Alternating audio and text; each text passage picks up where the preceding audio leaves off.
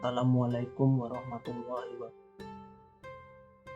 Kenalkan, nama saya Ziyad Fikri dengan NIM 2411420016. Di sini saya akan mempresentasikan analisis psikologi digital pada 5 karya seni dan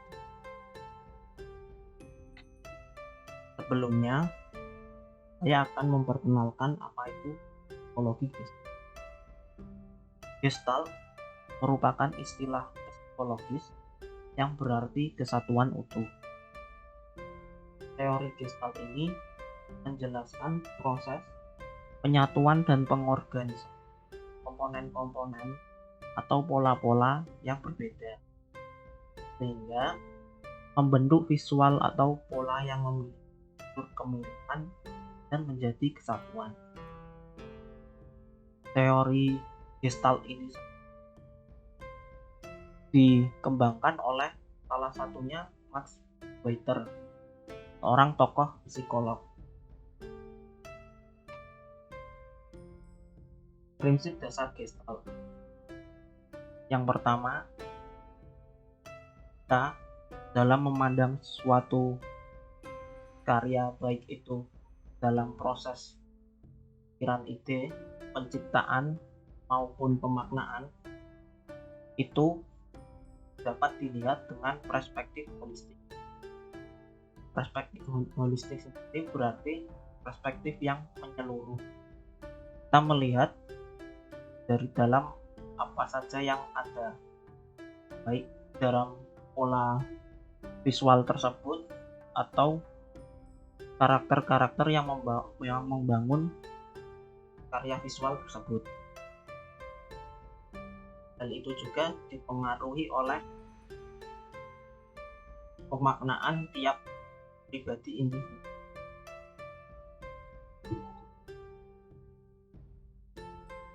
Yang kedua, elemen membentuk pola yang sederhana, teratur, seimbang atau koheren. Artinya, karya visual tersebut terdiri dari beberapa pola yang bisa dikatakan menjadi suatu kesatuan utuh. Prinsip kerja Gestalt ada 5, yaitu similarity atau kesamaan bentuk. Yang kedua, continuity atau kesinambungan pola. Yang ketiga, closure atau penutupan bentuk. Yang keempat, figur dan latar. Yang kelima, proximity atau kedekatan posisi. Berikut karya-karya yang akan dianalisis. Karya pertama ini merupakan logo karya Pascual Gaspar. Bisa kita lihat, karya logo ini membentuk suatu font bertulisan cat dengan terhadirnya bentuk kucing di sana. Prinsip ini merupakan prinsip Gestalt, yaitu prinsip closure, di mana bisa kita lihat tulisan cat dan fontnya di dalam sela-sela pada tulisan tersebut dapat menghasilkan bentuk kucing pada logo tersebut. Itu merupakan prinsip closure, di mana penutupan itu terjadi seperti pada tulisan C yang menutup di antara sela-selanya menimbulkan bentuk kepala kucing. Selanjutnya, pada karya digital imaging oleh Lucas Azevedo ini bisa kita lihat ini menerapkan prinsip Gestalt, yaitu prinsip proximity, closure, dan continuity. Mana bisa kita lihat objek pohon yang ada membentuk suatu objek-objek pohon yang berdekatan dan berkesinambungan. Ini merupakan prinsip continuity, di mana pohon ini mengalir membentuk suatu pola.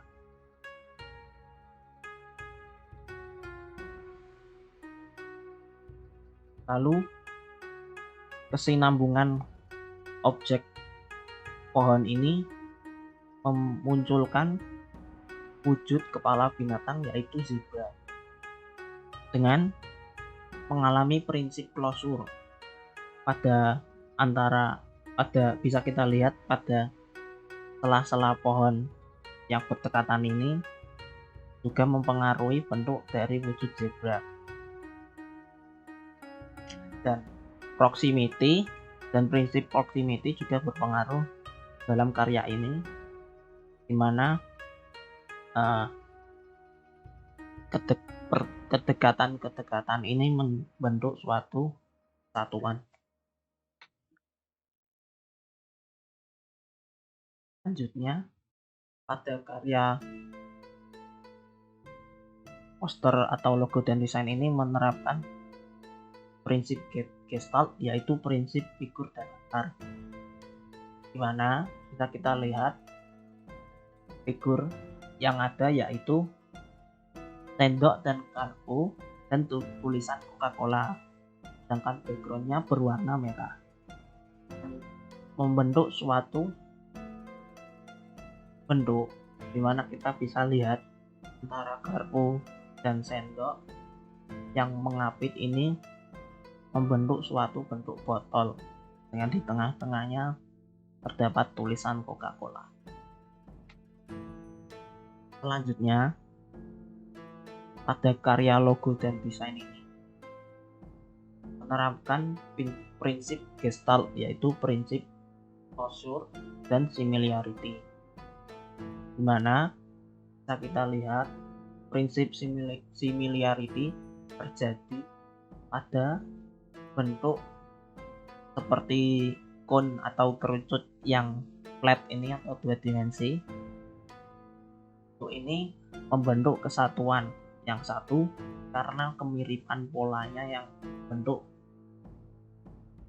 Dan ada juga prinsip penutupan atau closure, mana bisa kita lihat di antara bentuk cone flat tadi atau bentuk kerucut yang flat ini terdapat bentuk wujud burung merak. Selanjutnya, pada karya desain ini menerapkan prinsip Gestalt, yaitu prinsip proximity, di mana bisa kita lihat pada karya ini terdapat beberapa tipografi yang berbeda bentuk dan pewarnaannya dengan objek yang berdekatan, membentuk satu kesatuan. Apabila ini disajikan dengan tidak berdekatan dan disorot hanya dengan satu kata, tidak akan membentuk satu kesatuan seperti ini. Sehingga apabila terjadi pendekatan atau ini akan terwujud bentuk es krim seperti ini. Sekian dari apa yang bisa saya sampaikan. Apabila ada kesalahan mohon dimaafkan. Assalamualaikum warahmatullahi wabarakatuh.